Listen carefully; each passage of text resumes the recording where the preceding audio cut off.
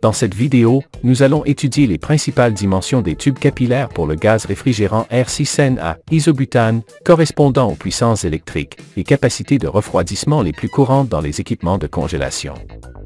Commençons par dire que les équipements fonctionnant à une température d'environ moins 20 degrés Celsius dans l'évaporateur sont généralement appelés équipements basse température. Maintenant, dans notre simulateur, nous saisissons les conditions suivantes. A. La température de l'évaporateur est de moins 20 degrés Celsius.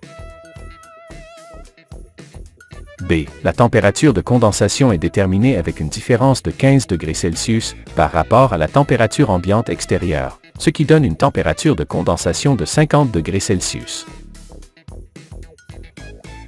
C. Nous sélectionnons un sous-refroidissement du réfrigérant liquide à la sortie du condenseur de 5 degrés Celsius. D. Nous prenons une surchauffe du réfrigérant à l'état gazeux à la sortie de l'évaporateur de 5 degrés Celsius. E. Maintenant, nous allons calculer les dimensions du tube capillaire.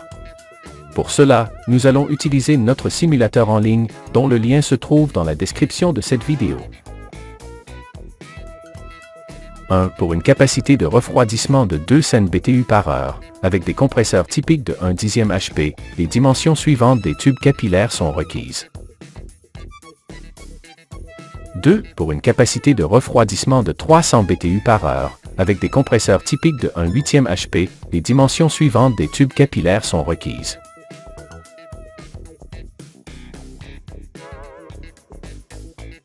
3. Pour une capacité de refroidissement de 400 BTU par heure, avec des compresseurs typiques de 1/7 HP, les dimensions suivantes des capillaires sont requises.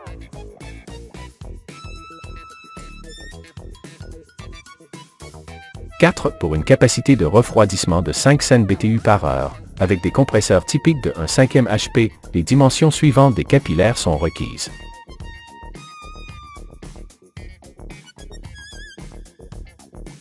5. Pour une capacité de refroidissement de 6 cN/BTU par heure, avec des compresseurs typiques de 1/6 HP, les dimensions suivantes des capillaires sont requises.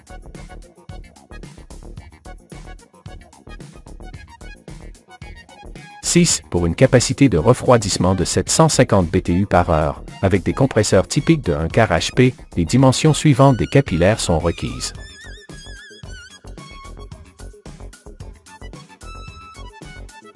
7. Pour une capacité de refroidissement de 1000 BTU par heure, avec des compresseurs typiques de 1/3 HP, les dimensions suivantes des capillaires sont requises. N'oubliez pas que le lien pour accéder à notre simulateur se trouve dans la description de cette vidéo.